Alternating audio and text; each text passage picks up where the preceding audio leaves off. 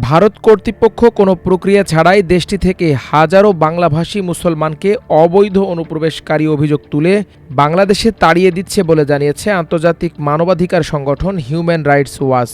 এদের মধ্যে অনেকেই বাংলাদেশের সীমান্তবর্তী রাজ্যগুলোর ভারতীয় নাগরিক। এবার মোদী সরকারের বিতর্কিত এই কর্মকাণ্ডের কড়া সমালোচনা করলেন অল ইন্ডিয়া মজলিসি ইত্তিহাদুল মুসলিমিন মিমের প্রধান আসাদুদ্দিন ওয়াইসি। তিনি বাংলাভাষী মুসলিমদের আটক করা অবৈধ বলে মন্তব্য করে মোদী সরকারকে কঠোর হুঁশিয়ারি দিয়েছেন। হিন্দুস্তান টাইমসের প্রতিবেদনে বলা হয়েছে, মিম প্রধান আসাদুদ্দিন ওয়াইসি ভারতের একাধিক প্রান্তে বাংলাভাষী মুসলিম নাগরিকদের বেআইনিভাবে আটক ও পুশব্যাকের ঘটনার বিরুদ্ধে সরব হয়েছেন। তিনি অভিযোগ করেন, কেন্দ্রীয় সরকার সংখ্যালঘু ও দরিদ্র শ্রেণীর ওপর পরিকল্পিতভাবে নিপীড়ন চালাচ্ছে। শনিবার এক্স হ্যান্ডেলে একাধিক পোস্টে তিনি কেন্দ্রের বিরুদ্ধে ক্ষোভ প্রকাশ করে বলেন, এ সরকার শক্তের কাছে দুর্বল আর দুর্বলের কাছে শক্ত।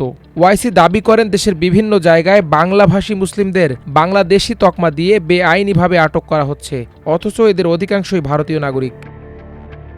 ওয়াইসি আরও বলেন, এরা নির্মাণ কর্মী, সাফাই কর্মী, রাস্তায় আবর্জনা তোলার সঙ্গে যুক্ত। এরা দরিদ্র শ্রেণীর মানুষ। এদের পক্ষে পুলিশের অন্যায়ের বিরুদ্ধে মুখ খোলা বা আইনি লড়াই চালানো সম্ভব নয়। সেই দুর্বলতাকেই ব্যবহার করছে প্রশাসন। গুরুগ্রামের জেলা শাসকের এক নির্দেশিকা প্রসঙ্গ তুলে ধরেন ওয়াইসি। তাতে রোহিঙ্গা ও বাংলাদেশিদের চিহ্নিত করে ফেরত পাঠাতে এসওপি অনুসরণের কথা বলা হয়েছে। এ প্রসঙ্গ টেনে ওয়াইসি বলেন, কেবলমাত্র কেউ বাংলা ভাষায় কথা বলেন বলেই তাকে গ্রেপ্তার করা যায় না। ভাষাভিত্তিক গ্রেপ্তার একেবারেই বেআইনি। এ অভিযোগের পটভূমিতে সম্প্রতি পুনে পুলিশের অভিযানকেও উল্লেখ করেছেন তিনি।